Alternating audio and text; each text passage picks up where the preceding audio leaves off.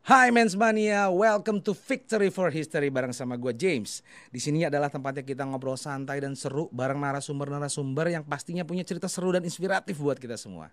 Nah, di episode kali ini kita akan kedatangan seorang pelopor thrift shop di Indonesia yang sosoknya udah pasti kalian-kalian yang sering mencari barang-barang thrift udah gak asing lagi lah. Kita bakal ngobrolin tentang kehidupan pribadinya, bagaimana dia memulai bisnis thrift shopnya, dan segala hal yang pastinya bikin hidup lebih berwarna. Udah penasaran kan siapa dia? Halo Mas Dani, apa Halo kabar Mas nih? Thank you James, banget udah Alhamdulillah baik. datang meluangkan waktunya untuk ngobrol-ngobrol di Victory for History hari Siap, ini. terima Lagi nggak kasih. sibuk hari ini kan ya? Aman, Aman ya? santai. Oke lah, Ini langsung terima aja kasih kita juga ngobrol. udah diundang Oh, ke Mula pasti dong, Studio. pasti dong. Iya, Biar seru-seruan aja, biar pemirsa Men's Daily di rumah tuh tahu nih, oh ada narasumnya ini, jadi berwarna gitu si Victory for oke. History.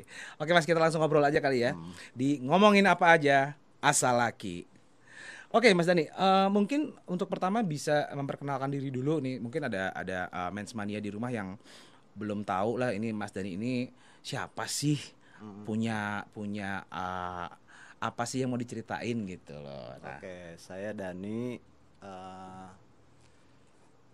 saya itu ini ya apa bergerak di bidang, kalau di kita lebih ininya familiarnya orang thrifting ya, thrifting, oke thrifting. oke. Tapi kesininya mungkin lebih lebih segmented, arahnya lebih ke barang-barang vintage lah ya. Barang-barang vintage, oke Barang-barang oke. vintage. Jadi Barang, Mas Dani ini seorang pengusaha nih ya, iya bisnismen bisa yang dibilang punya gitu ya. usaha thrifting atau barang-barang vintage lah gitu ya. Iya, Nah, barang-barang vintage ini dalam artian kaos, ini ya ya fashion ya, ya ya. fashion. Nah ini mulanya dari tahun berapa nih Mas kalau kita boleh tahu nih? Ya kurang lebih ya secara umum di Indonesia juga mungkin sejak awal inilah COVID ya, Awal COVID-19. COVID 2019 berarti ya. 2019. Cuman mungkin rame-ramenya itu 2020 kesininya. Oke. Makin berkembang, makin berkembang. Sampai punya ide untuk membuat usaha thrift shop ini triggernya apa sih? Awal mulanya apa sih? Awalnya juga saya nggak sengaja ya, karena gini, pada dasarnya saya memang dari dulu saya itu tidak pernah kerja kantoran lah bahasanya, Oh, oke nggak pernah oke kerja kantoran. Jadi saya mengerjakan sesuatu itu yang saya suka, yang saya hobi. oke. Dari dulu, dari zaman sekolah tuh saya udah begitu bisnisnya. Dan memang dari dulu memang secara pribadi gitu Mas Dani sendiri suka ngoleksi barang-barang vintage Hmm, kah atau nggak terlalu enggak secara juga? Oke. spesifik. Jadi eh, suka ngumpulin tapi nggak diniatin, oh mau koleksi ya, nggak. Oh, oke oke Ya oke. kalau era-era 90-an mungkin ya kaset, CD, Ya, ya kaos kaset juga ya. paling beberapa gitu. Nah, sampai terbesit ide untuk membuat thrift shop tuh apa, Mas? Ya itu awalnya temen infoin kan, Mhm. temen zaman nongkrong lah, Ya. istilah zaman sekolah dulu, ngasih tahu kalau dan main ini gitu, main kaos-kaos vintage. Oh, Saya oke. juga awalnya kan nggak ngeh. Saya tak lihat, saya tanya, lah emang ini laku laku, dibilang ada di online. Nah itu mulai tuh saya nonton live di Instagram, kan orang mulai ada yang live. Iya, iya, iya. Ah, dari situ mulai saya mempelajari. Ya kalau dulunya mungkin kurang lebih kita udah, ya zaman 90-an kan memang kaos-kaos ini yang kita pakai Iya, ya. iya, betul. Apalagi untuk musik, Iya, terus kaos-kaos band film, gitu ya. iya. Iya, iya. Kita udah tahu lah, kurang lebih udah tahu ini apa, ini apa. Nah, tinggal mempelajari apa nih yang diserap market nih. Nah, itu kurang lebih saya 2018 2019 itu, bahkan saya sebelum memulai itu setahun, kurang lebih setahun itu saya cuman belanja. Belanja terus itu. Cuman Oh, belanja belum aja, belum jualan ngumpulin tuh ya. belum. Masih pokoknya ngumpulin aja dulu barang-barangnya deh gitu ya. Kira-kira 2019 akhir atau 2020 awal lah ya, saya baru buat Instagram, baru mulai Oke, posting-posting di feed oh apa. berarti awalnya eh di Instagram dulu gitu ya, belum Instagram belum toko fisik ya. belum. Belum, oke. Nah, dari situ dari Instagram itu banyak peminatnya tuh, Mas. Ya awalnya juga belum ya, ya karena namanya kita memulai sesuatu kan, Pasti berproses lah gitu iya ya, ya. berproses. Tapi jarak waktu antara saya buat Instagram online saya dengan punya toko fisiknya juga nggak, Gak terlalu mungkin lama. hampir berbarengan lah, kurang lebih Oh, I begitu. see, I see. Toko pertamanya di mana nih, Mas? Di Daerah Jakarta? Pasar Minggu. Daerah Pasar Minggu. Daerah Pasar Oke. Minggu. Itu memang ya seperti layaknya toko Iya. fashion biasa, fashion retail gitu biasa, Iya. toko baju lah Ya kasarnya toko gitu baju, ya. iya. Terus caranya Mas Dani mempromosikan si usahanya Mas Dani ini selain Instagram, apakah ada uh, trik tertentu gitu, misalkan ada komunitasnya kah? Gitu. Ada nggak sih sebenarnya komunitas thrifting itu? Kalau dibilang komunitas sih sebenarnya ini ya, karena saya kan main bisnis, hobi yang pada akhirnya jadi bisnis. Di Indonesia ini kan banyak kan, dari zaman batu, ikan hias, itu semua saya hampir semua tuh saya pernah coba. Pernah coba. Karena memang saya hobi. Saya hobi ikan, saya macam-macam lah, banyak yang saya suka. Kurang lebih hobi yang akhirnya jadi bisnis ini kan akhirnya kebentuk nih komunitas. Kurang lebih kayak begitu. Dan pelanggan Mas Dani sendiri itu memang apakah kebanyakan dari komunitas juga atau memang secara umum umumnya aja gitu? Saya bisa bilang khususnya di ini ya, di dunia thrifting atau kaos-kaos vintage ini, saya bahkan bisa bilang 95% atau lebih semuanya seller, pedagang. Semuanya pedagang. Jadi si komunitas thrifting ini memang sebenarnya lebih, ya mungkin let's say 70-80% adalah seller gitu ya. Lebih bahkan. Hampir 100% tuh seller. Oke. Hampir 100% jadi memang bukan bentuknya bukan market community, tapi memang pengusaha ya, komunitas pengusaha thrifting gitu ya. Dan biasanya ada sering ketemu kah gitu, kopdar gitu kasarnya? Iya, ada aja. Event-event juga kan rutin kan. Ada beberapa event yang komunitas buat dan itu sudah menjadi rutinitas. Ada yang tiap tahun gitu ya? Ada atau tiap tahun pasti ada. Tiap tahun pasti ada. Seru juga ternyata. Itu segmennya nanti beda nih. Ada yang memang thriftingan nih dalam arti kalau kita pilah-pilah tuh, thriftingan tuh brand, kaos-kaos brand. Nah, kalau barang vintage ini beda lagi nih. Barang vintage lebih ke kaos-kaos musik, vinyl, film, gitu.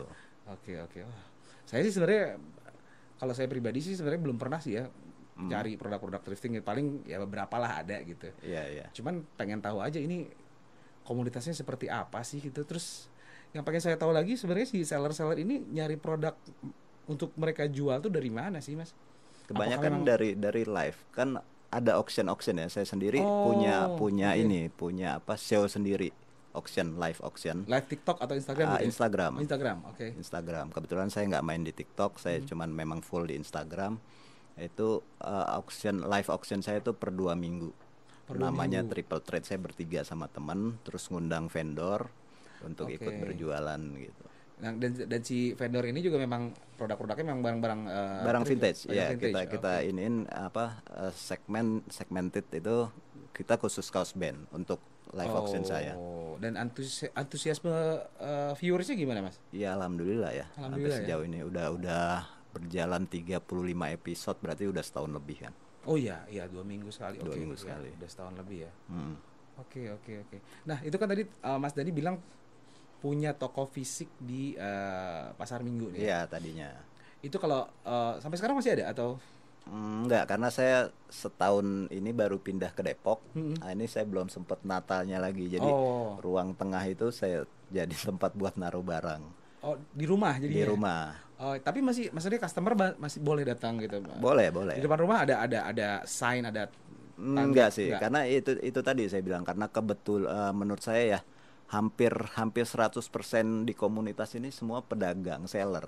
Jadi mereka memang butuh barang lah ibaratnya. Nah, jadi kalau yang udah kenal mereka datang ke rumah buat ya sekedar lihat-lihat atau kalau misalnya ada yang cocok mereka beli. Nah, kurang lebih kayak begitu. Perkembangan bisnis thrifting di Indonesia menurut Mas Dani sendiri gimana sih sampai saat ini?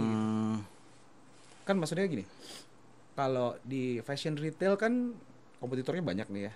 Kalau banyak lah dari lokal brand ataupun dari global brand gitu. Kalau thrifting kan dia niche market banget kan ya, maksudnya tidak semua orang tertarik untuk membeli barang-barang thrift atau vintage produk gitu. Nah, perkembangannya kan sekarang juga nggak Mas Dani aja nih ya, pengusaha barang-barang thrift atau vintage gitu. Perkembangannya gimana menurut Mas Dani? Ya sejauh ini sih ya ada fluktuasi lah ya, naik turun. Tapi itu menurut saya wajar karena thrifting ini kan kaitannya erat dengan ini ya, tren. Tren, betul. Nah, tren itu kadang-kadang ada pemicunya, misalnya gini lah, contoh kaos A dipakai artis B misalnya. Oke. Nah, itu bisa jadi naik harganya tiba-tiba. Oh, iya iya. Nah, itu saat udah terpicu seperti itu, orang-orang cenderung akan mencari barangnya gitu. Oke. Dan Oh, dan iya, ini iya. ya, Ngerti. Jadi misalkan ada kaos Nirvana lah, contoh Nirvana Nirvana. lah gitu, tapi dipakai sama Ahmad Dhani gitu. Nah, itu. Terus Kayak ini contohnya dulu tuh awal-awal vintage di kita naik itu yang jadi trademarknya itu, kalau Mas James mungkin ngeh tuh ada kaos The Doors AOP. Oh, The Doors ya. Nah, itu dulu dipakai Ari Lasso. Oh, Nah, oke. itu dulu kaosnya bisa sampai belasan juta. Oh iya. Sekarang harganya turun, drop jauh.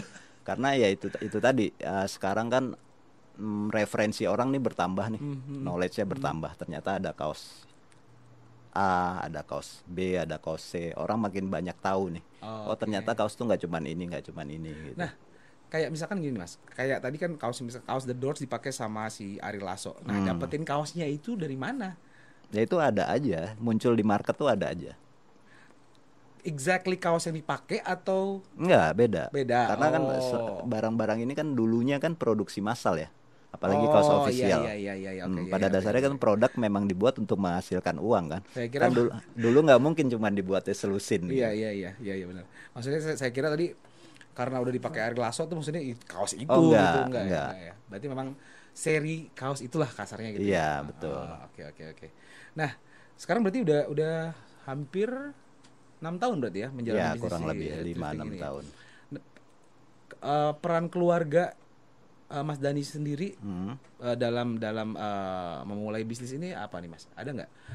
Apakah ada kontra gitu? Wah, ini laku nggak nih gitu ntar? Enggak sih. Enggak ya? Enggak sih, alhamdulillah enggak. Mereka mendukung aja ya? Ya mendukung aja. Oke. Nah, untuk kedepannya nih ada rencana membuka toko lagi atau memang Ya insya Allah sih ya rencananya online ya. aja? Rencananya sih Rencananya ada ya di Depok bentuknya itu? mungkin home store ya. Home store? Oke. Nah, prinsip hidup Mas Dhani atau apa ya? Mungkin kan kalau misalkan dari kita ngebangun suatu usaha, misalkan kita biasanya izin sama orang tua apa diizinin apa enggak gitu.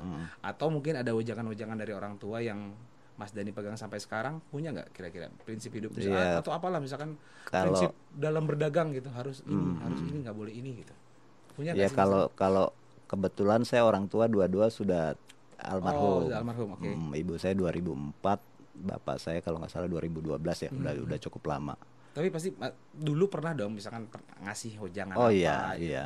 Ya kalau saya lebih ke bapak ya, karena bapak ini kan ya kebetulan dulu almarhum bapak saya itu tentara, jadi memang didikannya lumayan keras. Iya, oke. Nah, bapak saya cuman dia nggak membatasi kita mau bergerak di bidang apa, saya terutama anak-anaknya. Cuman itu aja sih paling dua kuncinya. Serius, kedua ya jujur. Oke. Itu ya kalau Iya, itu karena sih buat bapak saya kan, menurut bapak saya mengerjakan sesuatu itu sungguh-sungguh atau setengah hati, itu waktu dan biaya yang keluar akan sama gitu, tapi hasilnya akan hasilnya beda. berbeda, Gitu. betul. Maka saya alhamdulillah ya saya sekolah itu ya alhamdulillah lulus sarjana, tapi saya tidak pernah nulis lamaran kerja tuh saya seumur Oh, umur memang nggak pernah. dari berarti semenjak kuliah memang sudah usaha gitu ya, apapun Dari itu iya bentuknya ya? dari SMA bahkan ya. Oh, dari SMA. Oke. Saya udah coba cari uang sendiri apa yang bisa saya kerjain. Gitu. Keren. Mungkin ada Mens Mania di rumah yang mungkin berniat juga jadi pengusaha mulai dari sekolah, bisa dicoba ya maksudnya, itu bukan suatu hal yang mustahil. Iya, Ya. betul. Itu memulai sesuatu dari dini mungkin lebih baik lah ya, nggak usah yang besar-besar dulu, kecil-kecil aja dulu ya mungkin. Iya. Yang penting Ya kita tahu kan apa minat kita, Betul. apa yang bisa kita kerjain ya berusaha dan yang terbaik. bisa jadi pengalaman Insya juga Allah, gitu. iya. Dan Pasti ada hasilnya lah. ya pasti ada hasilnya ya. Meskipun gagal itu ya pengalaman gitu kan. Kita Pengalaman bisa ya, perbaiki jangan semua dari mudah itu. nyerah ya. Iya, betul. Kalau memang udah pilihan kan. Iya. Nah, Mas Dhani, tantangan di dunia thrift shop ini apa sih, Mas?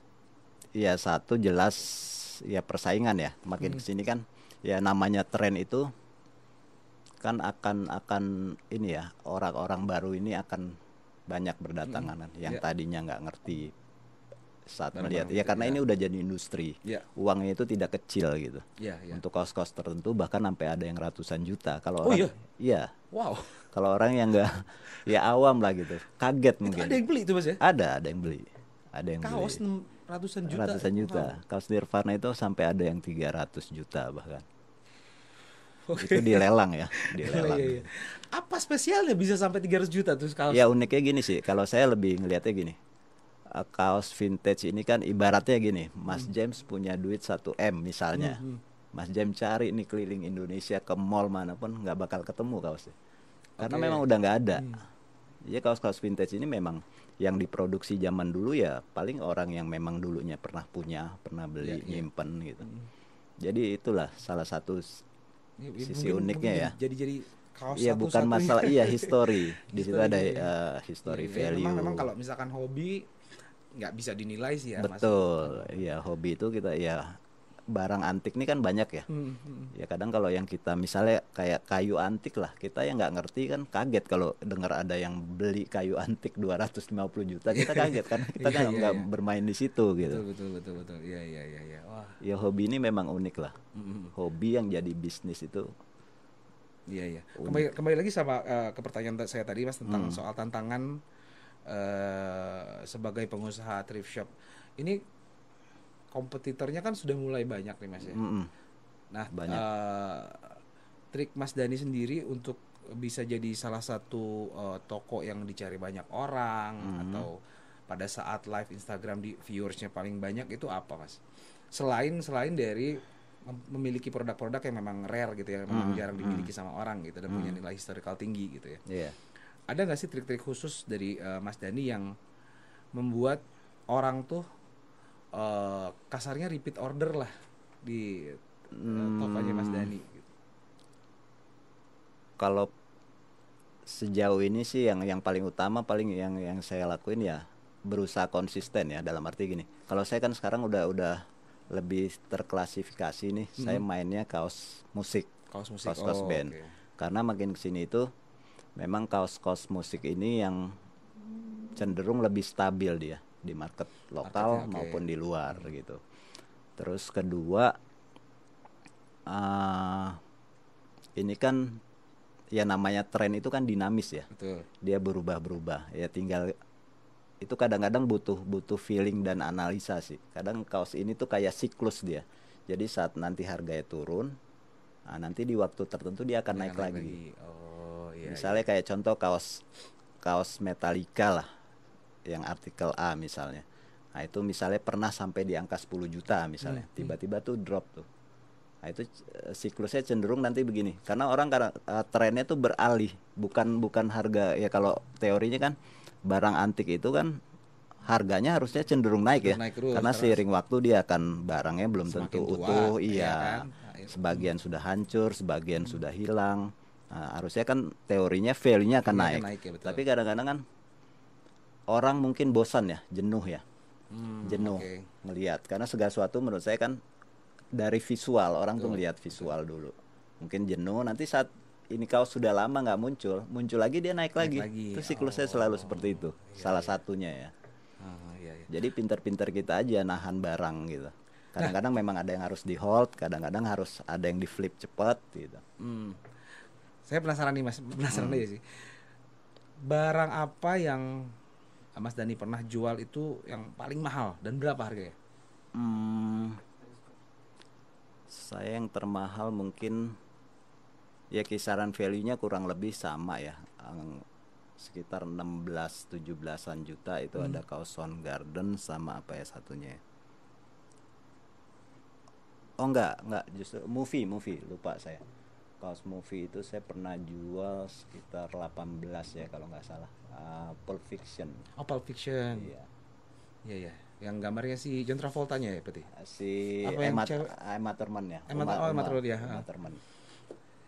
Itu orang beli kaos 18 juta dipakai apa dipajang sih? Saya nggak tahu. Kalau dipakai kan ya lama-lama rusak. Bisa kan? Jadi memang seller juga, karena itu kaos pernah sampai 20-an dulunya. Oh iya.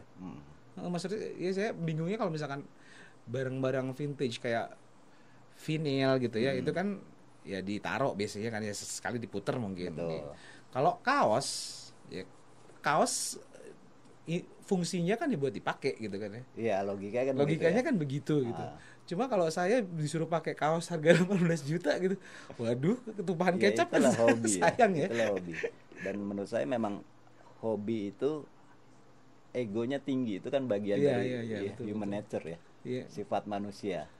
Mungkin lebih untuk dipajang kali ya, maksudnya Bisa ditaruh jadi aja gitu di kadang-kadang ada bingkai. faktor gengsi, karena apalagi di live ya, di Hmm. live itu kan orang ngelihat nih siapa yang ngebeat beat itu, kayak Menawar lah ya, lelang-lelang ya. lelang ya. Oke, Nah oke. itu kan orang ngelihat, kadang-kadang harganya juga udah nggak masuk akal kalau kita lihat, Iya, tapi iya, kok iya. bisa sampai segitu. Ah, Yaitu di luar itu memang real atau enggak, iya, iya. karena ada juga mungkin yang memang nggak real gitu. Oke. Nah, Hmm. soal kembali ke bisnisnya Mas Dani di membuka thrift shop gitu ya. Hmm. Itu kan menyita banyak waktu nggak sih, Mas? Ya karena kebetulan memang saya full Hmm. di bisnis ini, ya saya memang, apalagi saya memang orangnya kan, ya saya udah belasan tahun ya, saya tidurnya memang pagi, Oh, nokturnal berarti. ya nocturnal, Terbalik ya. iya. Saya ya habis sholat subuh paling cepat tuh baru tidur. Oh gitu, I see. Nanti sebelum zuhur saya udah bangun. Bangun. Ya banyak kan kerjanya malam gitu. Ya Kenapa? moto atau apa. Oh, pernah nggak sih ada protes dari keluarga gitu? Enggak sih, udah pada Emang udah pada ngerti tahu ya. kayak gitu ya pokoknya. Pola hidup saya udah. Rutinitasnya begitu aja pokoknya ya. Betul. Karena dulu saya lama di desain kan, sempat desain grafis. Jadi di Oh, komputer itu memang kerjanya malam. I see. Terus malam kerja itu tadi Mas Dani sempat bilang foto-foto. Itu foto-foto apa maksudnya, Mas? Foto-foto kaos buat upload di Oh, buat feed. upload. Oh, iya, iya, iya, ya, buat di Instagram lah segala macam gitu-gitu ya. Nah, em, pernah nggak sih sebagai pengusaha thrift shop ini, Mas Dani kan pasti juga mencari barang-barang vintage, barang-barang thrift shop untuk dijual kembali kepada orang gitu ya. Apakah Mas Dani pernah juga nyari-nyari barang sampai kemana gitu yang pengalaman paling unik lah mencari barang vintage itu apa?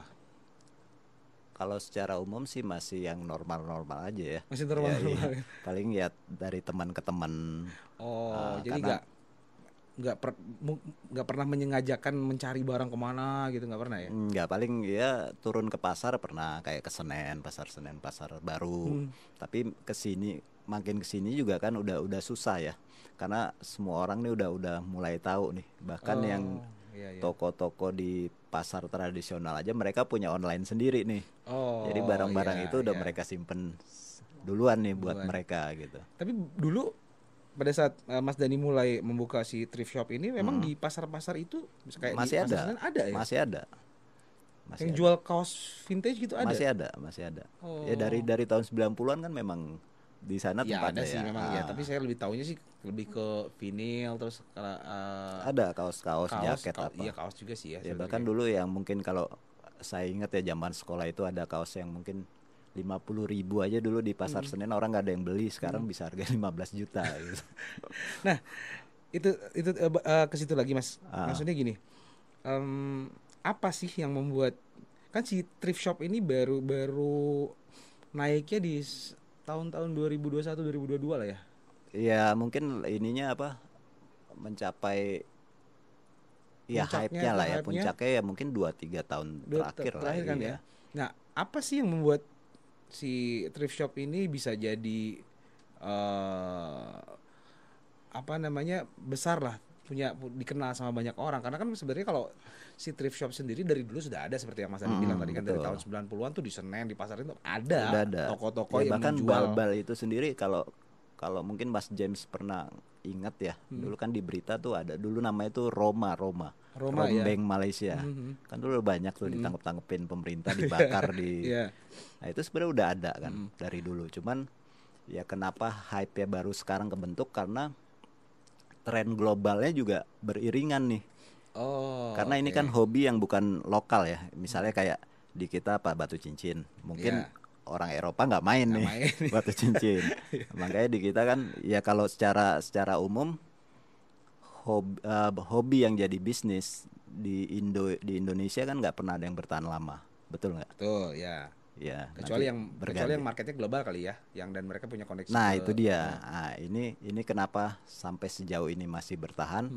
Saya melihat salah satu faktornya ya karena ini trennya global. Oke. Trennya global. Dan Jadi di luar sendiri memang hype-nya itu tinggi. tinggi ya. Iya. Pernah ada customer yang dari luar Indonesia, Mas?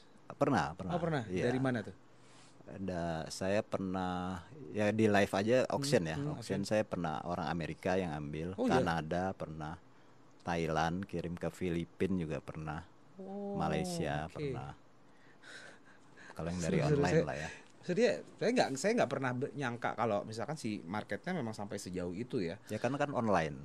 Medsos ini Ya, kan ya, meskipun online gitu kan kalau misalkan kayak brand lokal ya mana ada juga orang luar negeri beli Iya karena gitu kan. iya karena kan sifatnya nggak global Iya, ya kan. iya. Mungkin kayak brand lokal apalah contohnya.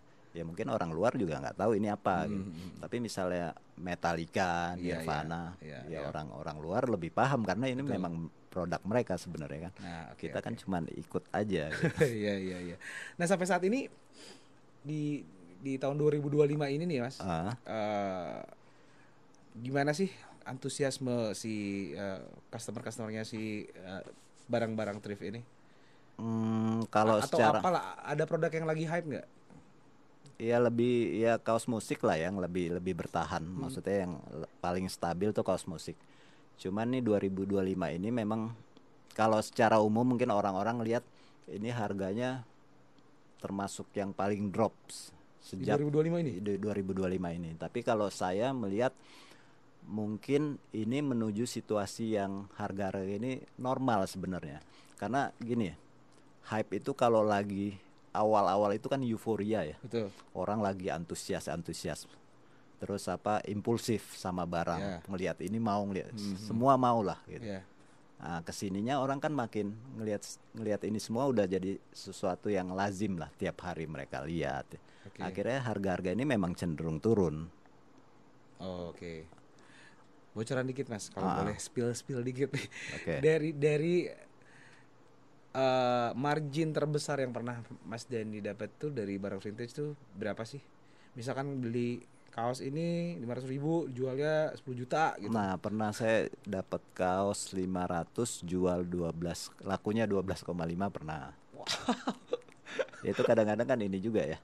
Apalagi kalau dari teman-teman lama nih yang misalnya mereka memang dari dulunya ngoleksi dan mereka nggak main online. Maksudnya nggak fokus jualan lah. Cuman mereka punya.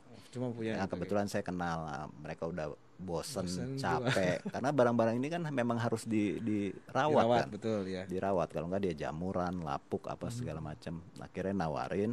Nah, saya belinya tuh sifatnya borongan, bundling. Oh, Nah, oke. itu biasanya relatif secara modal lebih aman, kita lebih enak lah ngolahnya. Nah, terus bisa sampai 12 juta tuh apa? Maksudnya ya memang misalnya dari segi historical kaosnya itu sendiri Iya, mungkin ya. kadang-kadang itu kita harus paham value di marketnya, di market secara umum nih, marketplace. Barang ini dihargain berapa, barang ini dihargain berapa, sama market secara umum gitu. Terus yang saya penasaran juga itu pas Mas Dani jual memang sudah menghargai itu 12 juta 500. Iya. Itu bahkan saya untuk resell aja masih bisa harusnya. Oke. Untuk di resell ya. Ya mungkin karena teman saya memang nggak paham. Jadi Iya. harga-harga ini ditulis aja sama dia. Ditulis, kalau yang kemahalan lu tawar ya Dan gitu. Ya saya 500.000 saya tahu bisa dijual, ngapain saya tawar. Tapi saya juga kan nggak perlu kasih tahu dia. Iyalah, iya kan. iya. Secara transaksi kan sah gitu. Iya, betul. Wah, kalau misalkan satu barang bisa laku 500.000 jadi 12,5 juta, kalau 10 barang udah berapa? 120 juta. Iya, tapi kan nggak bisa memang secara umum kita. Secara umum iya. tidak bisa berlaku seperti itu. Betul, memang. kadang-kadang memang ada yang rugi juga karena kita nggak bisa berharap misalnya kita punya 1.000 barang, 1.000 ini harus untung, nggak bakal berjalan bisnisnya. Iya. Karena harga naik turun ini pastikan ini kan. Ya karena memang lebih dekat ke kayak jual seni kali ya, Mas ya. Jadi tren itu berpengaruh banget. Nah, Mas Dani punya nggak sih impian ke depan atau proyeksi Mas Dani di katakanlah 3 sampai 5 tahun ke depan tuh apa? Di entah itu di dunia thrift shop atau impian Mas Dani secara pribadi gitu, pengen bikin apa sih gitu ke depannya lagi gitu, atau ya berjalan aja dulu deh gitu, life goes on gitu. Kalau saya ya dari dulu memang ini ya, jalanin hidup itu ya ngalir aja. Ngalir aja. Ngalir aja. Cuman memang saya orang yang, ya ini menurut saya orang yang kalau ngerjain sesuatu tuh saya tekun. Oke. Jadi saya kalau udah fokus di satu bidang, ya udah saya tekunin di situ karena bedanya gini, kalau dulu mungkin sebelum saya nikah, fokus saya kan buat diri sendiri nih, ya. saya nggak punya tanggungan apa segala macam. Jadi saya orang yang dulu mudah bosan, dalam arti gini, misal saya tuh banyak hal yang buat saya tertarik, tapi saat saya udah coba ini dan saya ngerasa oh ini saya udah puas nih, nah saya beralih ke hobi saya yang lain gitu, karena saya memang banyak suka. Nah, sekarang saya udah punya istri, udah punya anak, saya harus nggak bisa loncat-loncat. Iya. Jadi saya berusaha fokus, ya mungkin kalau memang ada hal lain yang bisa ini, mungkin saya ini jalanin juga gitu ya. Tapi sejauh ini sih insya Allah sih aman ya, aman aja. Jadi saya masih berkutat di sini dan masih menikmatin. Menikmati ya. Dan memang ada hasilnya gitu. Memang ada hasilnya. Yang bisa menghidupi keluarga lah ya. Nah, terakhir nih Mas Dani, tips and tricks buat generasi muda yang pengen memulai usaha, entah itu di bidang apapun itu ya. Ada nggak kiat-kiat dari Mas Dani untuk para mens mania di rumah yang aduh gue pengen deh coba bikin sesuatu, pengen deh buka usaha gitu. Harus apa nih mereka? Harus mulainya bagaimana dan prinsip apa yang harus mereka pegang gitu? Kalau saya sih mungkin 2 ya yang paling utama ya buat saya, karena saya memang terbiasa nih ngejalanin ya semuanya dimulai dari hobi yang saya suka, terus akhirnya jadi sumber penghasilan. Saya sih 2. Pertama, suka aja dulu. Suka dulu. Okay. Suka, kita harus suka sama yang kita kerjain. Yep. Itu dampaknya menurut saya akan masif. Karena kalau suka pasti kemungkinan untuk bosannya tuh iya, dan kita gitu. Akan berusaha ngulik ya. Betul. Sesuatu yang kita suka nih kita akan berusaha cari tahu. Tapi kalau orang yang cuma ikut-ikutan, dia akan mudah jenuh. Dia buat cari tahu, nambah pengetahuan tuh males gitu. Ya, jadi kayak misalnya main thrifting ini ya, cintai aja dulu. Kamu harus tahu nih apa gitu. Berarti jangan berharap untung dulu ya. Yang penting ya tetap itu kan namanya bisnis kan kita harus imbangin ya. Tapi buat saya suka dulu aja dulu. Iya, gitu ya. Suka aja dulu. Suka, jadi kita akan upgrade knowledge tuh. Knowledge itu buat saya penting. Jadi apalagi barang-barang begini ya, apa yang kita jual kita harus tahu nih. Jadi jangan cuman kita bilang ini 20 juta, saat orang nanyakan kenapa layak 20 juta. Kita harus bisa jelasin gitu kan. Iya. Ada lagi mungkin Mas masukan buat para generasi muda yang mungkin tertarik untuk berbisnis thrift shop gitu. Mulainya harus dari mana atau harus ikutan komunitas apa? Ada nggak sih? Kalau secara spesifik sih menurut saya komunitas ini juga bukan yang real community, dalam arti kita ada legalitasnya enggak. Jadi memang ya saya lebih ngelihatnya sekumpulan orang yang kebetulan punya hobi dan bidang yang sama nih. Ya udah berkumpul. Nah kan tadi di awal tuh Mas Dari sempat bilang kalau misalkan si komunitas ini kan ada kopdarnya lah ya. Nah ini setiap community ngumpul ini ada di announce, gak diumumin nggak? Ada yang enggak, ada ya. Gitu. Kalau event iya. Kalau event iya.